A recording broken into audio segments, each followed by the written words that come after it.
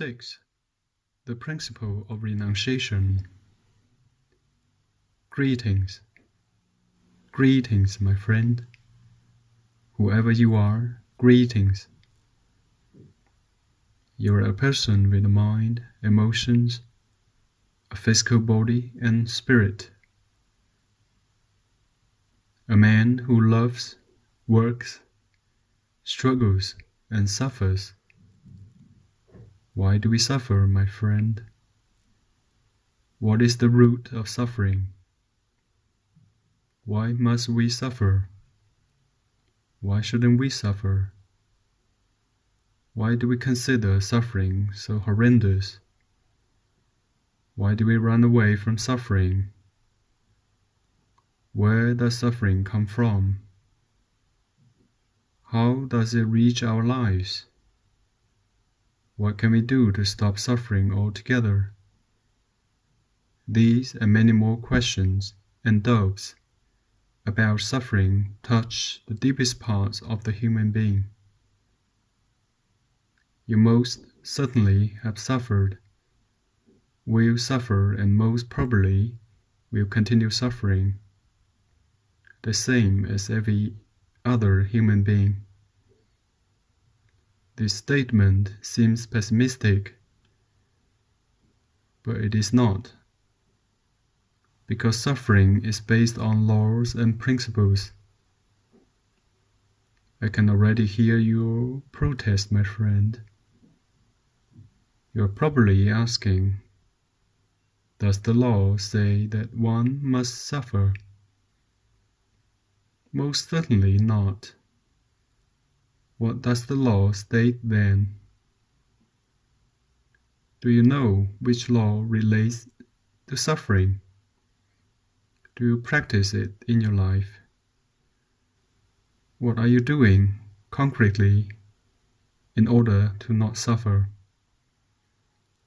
The sixth principle for the liberation of man, the principle of light, the principle of clarity, the principle that converts a man who is a slave to his pain into the free man, is the answer to the previously asked questions.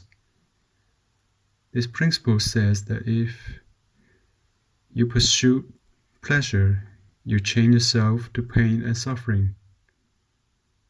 But if you do not harm your mental, emotional, physical, sexual and spiritual lives, and if you do not harm your fellow human beings, you can freely enjoy anything. This is the sacred sixth principle. The principle that if you reach its full comprehension by reflecting and meditating on it, practice it in your life and teach it to others, it will make you a man free from pain and suffering. If you pursue the pleasures of life, you will be chained to pain and suffering. But if you do not harm your physical health, emotional, mental, sexual and spiritual bodies, and if you do not harm others, you can do anything you want. My friend, this is the principle with which we will work in this message. Let's see, what is the real meaning of if you pursue pleasure, you will be chained to pain and suffering? Let's analyze this first part of the principle. If you pursue pleasure does not mean that you cannot enjoy life, because you can, but under certain conditions. The importance lies in that you do not pursue it. The importance lies in that you should not have it constantly on your mind that your life, not be based on just the pursuit of pleasure, that your mind, emotions, and body are not permanently aware of pleasure, so you do not make a god out of it. This is what pursuit means, that you're not thinking constantly of pleasure, that you're not preoccupied with its search, that you are not making sacrifices on its behalf, that you do not harm anybody in your search for pleasure, that you do not turn into plain human flesh, that you do not lose your dignity or to sell your soul to the devil for it, not forgetting your engagements or duties, or commitments or obligations. The meaning of pursuing pleasure above all else is to fall into its arms and become a slave to it, making it your God, making it be an aspect of your life, like the pleasure of food, pleasure of comfort, pleasure of sexual behavior, pleasure of laziness and abandonment. Do not pursue pleasure for itself, or it will become your God and you will become its slave. Pleasure is a merciless God. The weak person that surrenders to it pays a horrible price, real suffering and pain. Yes, my friend, if you would know that pleasure and pain, pleasure and suffering are two faces of the same coin, two ends of the same stick, so to speak, and you have one because you don't want the other.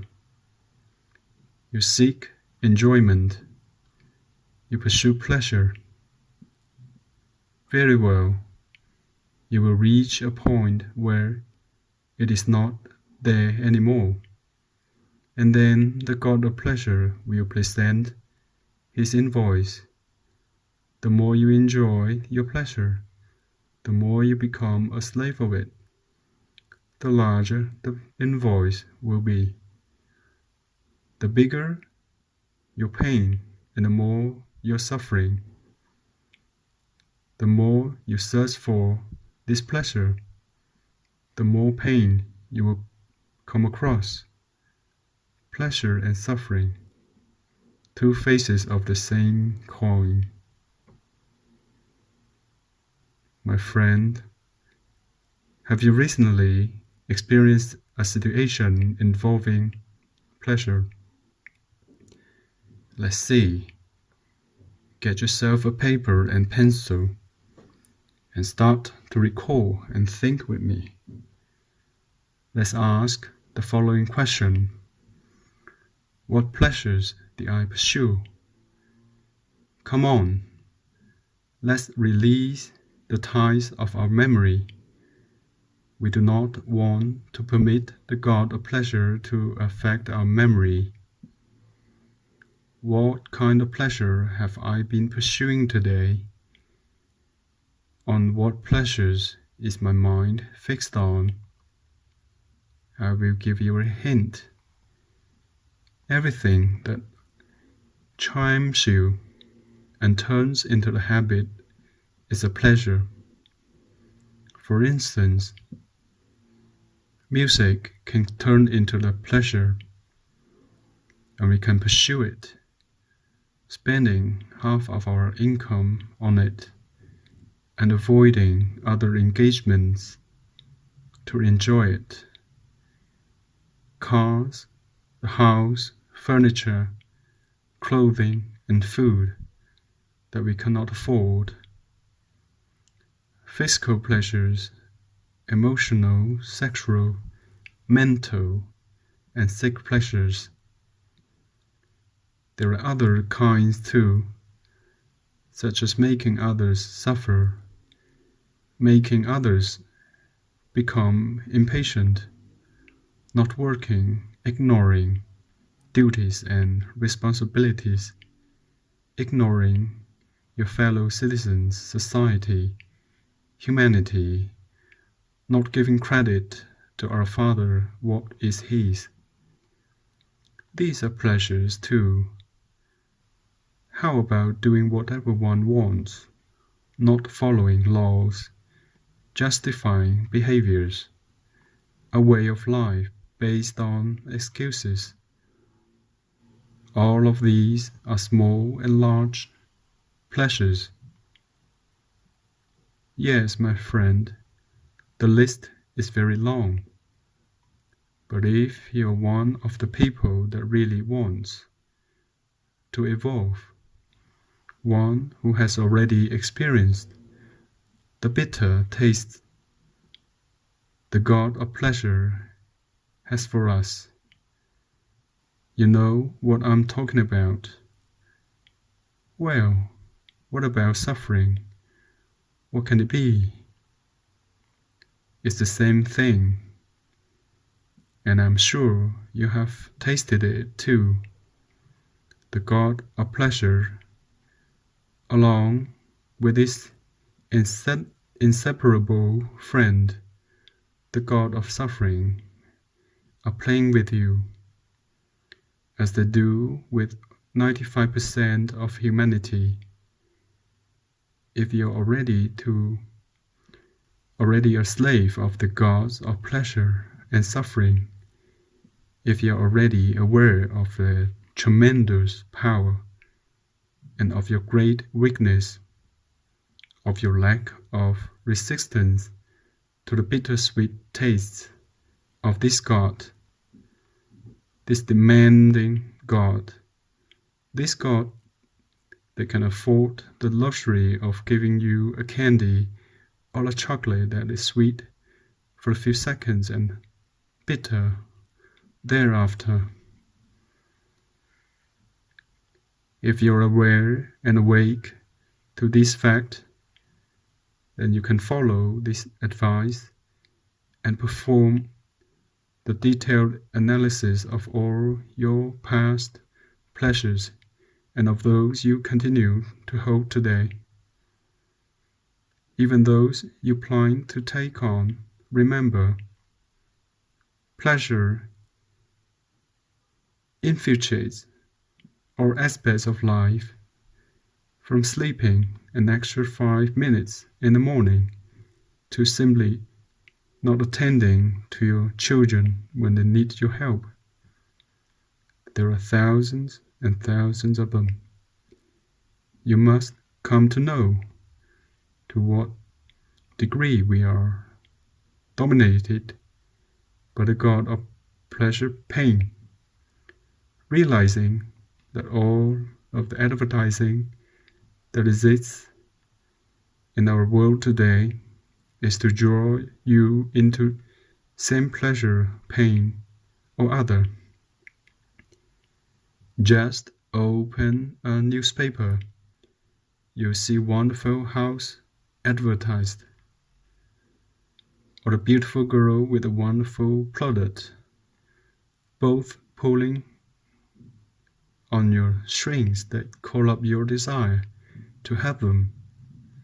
But neither of them will tell you what price you will have to pay aside from the advertised price, of course. These are very expensive prices. In fact, most of our income is spent on pleasure. Yes, behind the owning of a house there is a pleasure. Owning a set of silverware, a dress, being married to a particular man, woman. These all involve pleasure to some degree. But to some people, these pleasures are different in meaning and degree. I'm speaking of the people who are consciously working on their liberation, those who have made peace with and who are loved and revered by the God of pleasure suffering. To these people living costs a lot less, and they have plenty of free time to take care of very important matters, do many more important things for their friends, for themselves, and for humanity. These people are free from slavery. Aside the risk of the pleasures you have pursued, make another list of the suffering you encountered in the past, the ones that you are living with now. Ask yourself what suffering, pain, and problems are repeated over and over in my life. Search your mind, make a list of all them, and then ask yourself for the reasons behind them. What pleasure were you pursuing that caused past suffering? Do this carefully and record your answers. Yes, my friend. Here you may find some answer, bitter.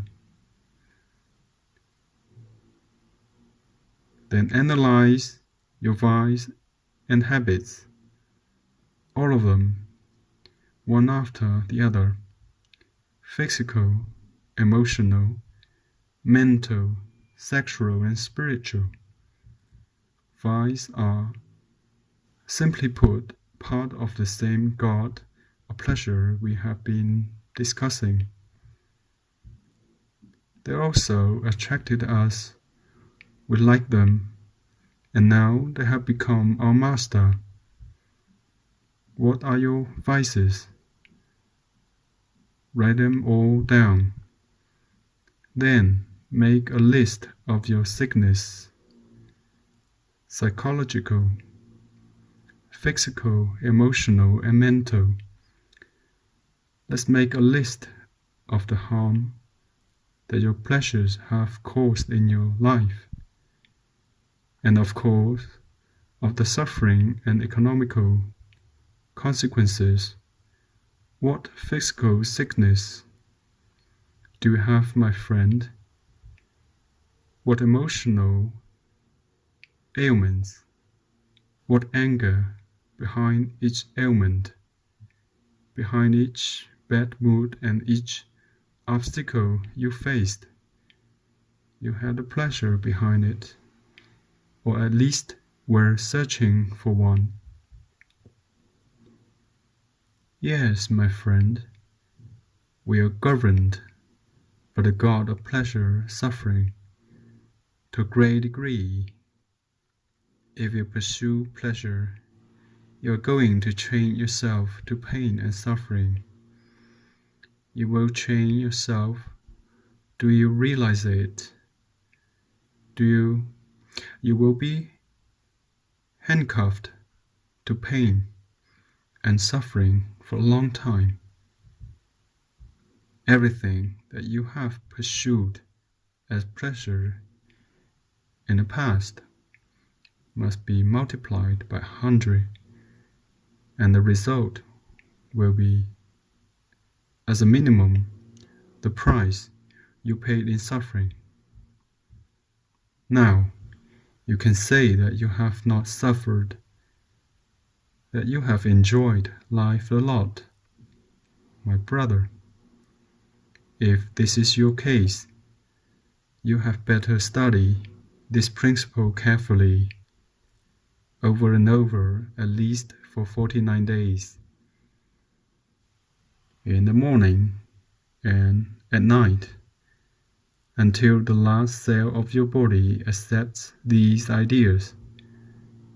You have to understand it to become conscious of the disgrace of human race that has not awakened to the fact that pleasure and pain are two faces of the same coin, and that we always see the pleasurable side of things first, However, there cannot be sweetness without bitterness.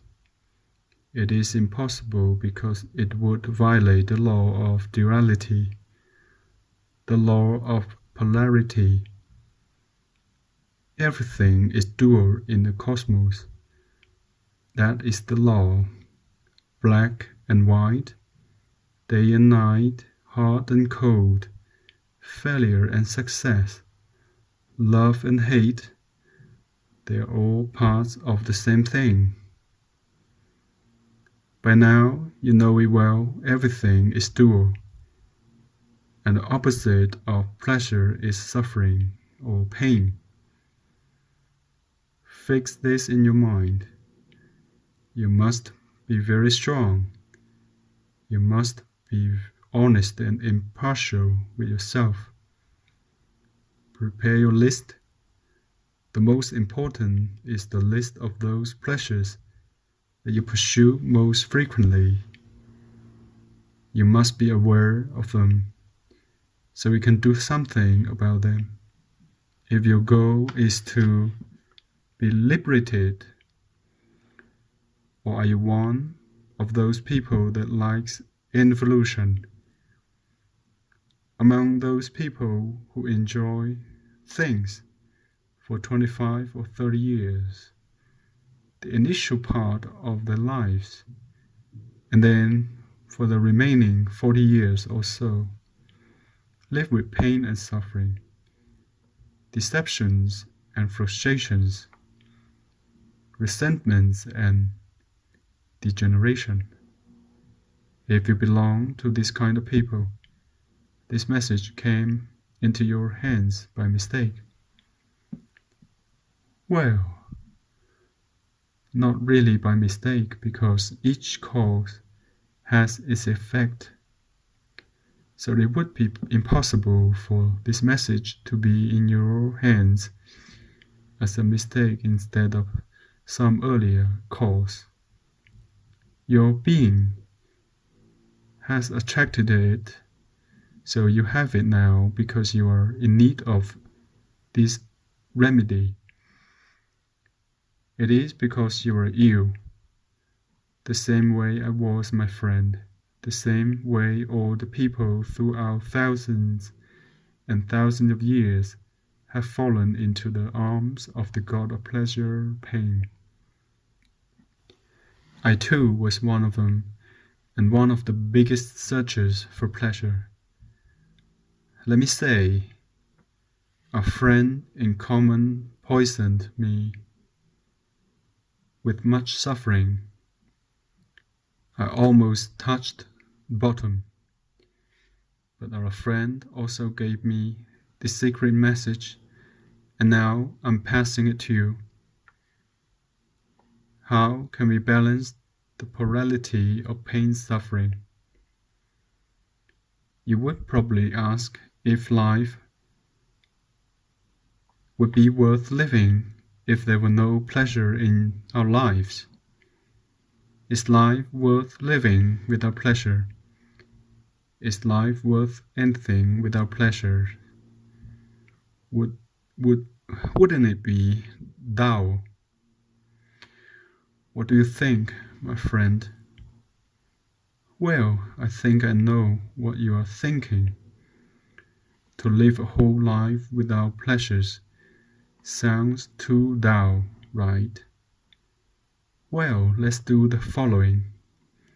Shut your eyes, relax and put on your thinking cap. Bring to your mind the moment of the biggest pleasure you have had in your life, the pleasure you remember as your greatest. Wasn't it something that lasted a short time? Be honest.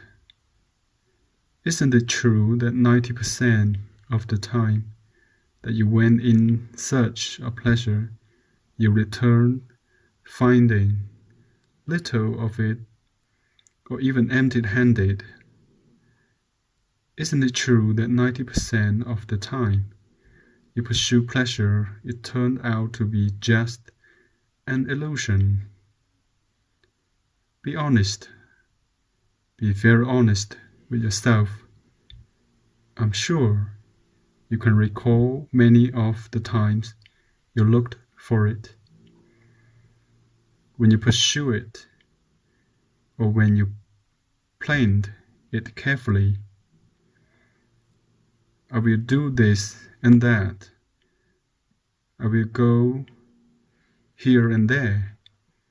I will travel. I will buy that car. And I will finally get to do this or that. Isn't it true that for the majority of occasions, everything was just pure hope? You were fooled by this magnificent God. After all that, what a disappointment, right? What a bitter taste in your mouth. I too know it well, my friend. How many times have we not gone in search for pleasure of some kind or other, each in our own way, and then ending dissatisfied, with bitter taste, frustrated, yet like fools, after 2 or 3 days, we become attracted again to something and repeated the cycle. Yes, my friend, everything conspires to attract our attention.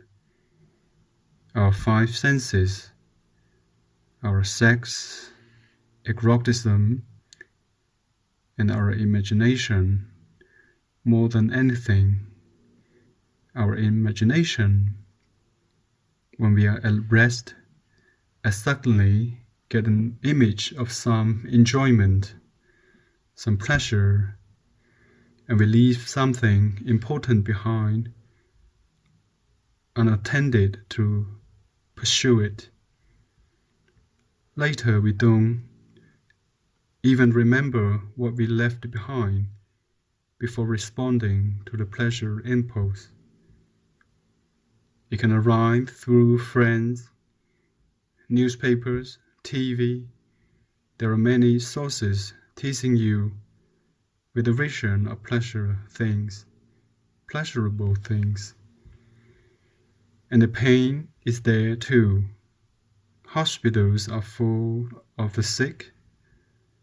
Psychiatrists and psychologists are as thick as lawyers. Sick organs caused by bad habits wait hopefully for a donor. This situation started as a silly pleasure that we had, and turned it into a habit and a vice, then a sickness, where I hope that by now we are starting to understand that if you pursue pleasure in life, you will be chained to suffering. If you do not harm or interfere in any way your mental, emotional, physical, sexual, and spiritual health, not interfering with others to obtain pleasures, you are free to enjoy them as you wish.